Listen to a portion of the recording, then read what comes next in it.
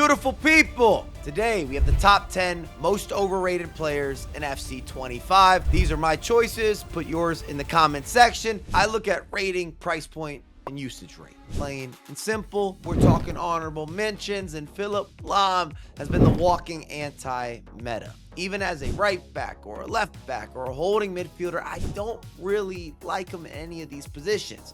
He's not going to cost you an arm or a leg, but frankly, or Philipply speaking, I can pay less and get more in all of the above mentioned. Loda. And we just did a video on the channel with another Swede, close friend of mine, Ivan Lapagna. If you've not watched that, this is a plug. She's a new icon, and there was definitely hype. You got the finesse shot plus trait, play style, it's coveted. You put it on a pedestal. But the more and more that I've used her, especially present day, it just doesn't stand out amongst the attackers that I have in regular, reoccurring rotations or roles. She's more of a specialist, and I'm just looking for those key inserts. I'm traveling the world internationally, searching for the edge of the box where I could unleash some sort of beautiful shaped trajectory of a finesse.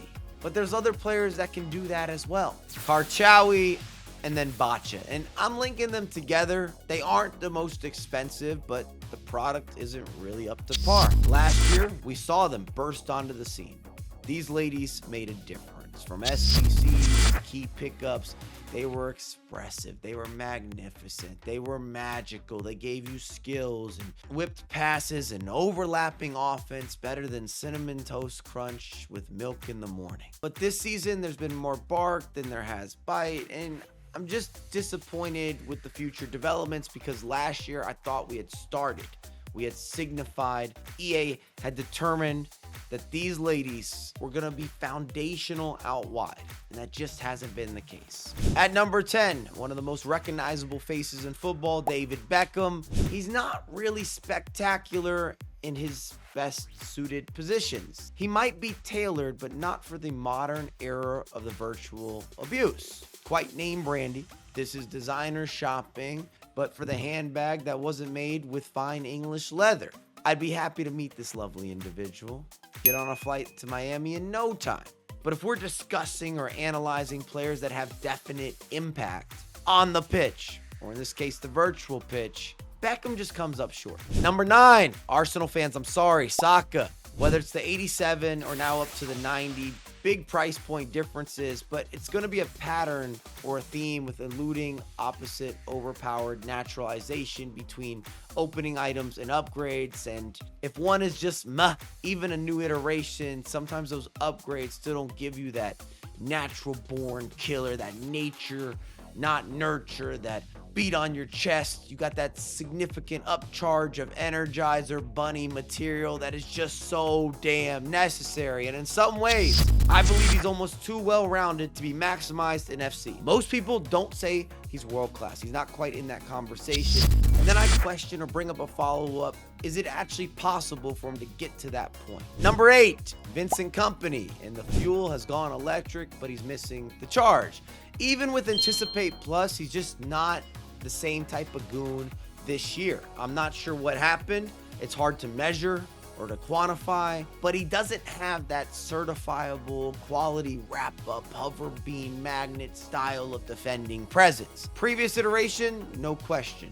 And the price reflects it. Number 7, Thuram. And the hot takes are getting hotter. Let me tell you a story. Before, we didn't have the same options, whether it was value, price, stat lines, and it made it more justifiable to come after this new icon in a positive manner. Now, you're going to the courtroom and you're receiving a heavier hand than you deserved. And then when you use them, yes, he is good, but the comp is getting better. Number 6, Carlos Tevez. Just not the same threat. And Relentless is such a waste of a play style for one of the most gritty strikers we've seen in the past 20 or 30 years.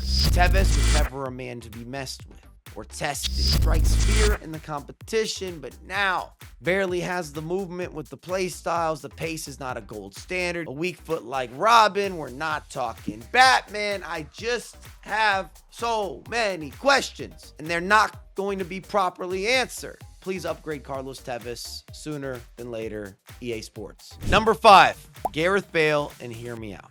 We've seen throughout the majority of this year price points well over 2 million coins. I know we had some market adjustment coming into the holidays, post Black Friday, but with Gareth Bale, you're paying a premium to have the item early. New icon, illustrious career.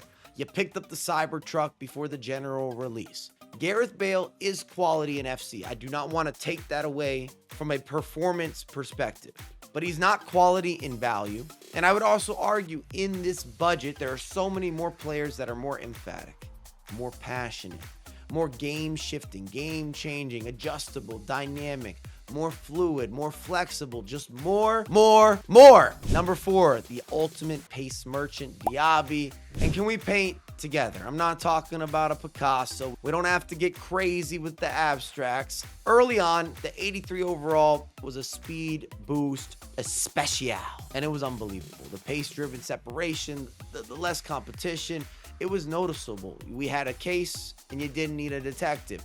He feels presently, whether it's the 85 Inform, the 86 upgrade, he's one-dimensional. He lacks the class to play with the big boys. Then you combine that with average passing, issues amongst the finishing.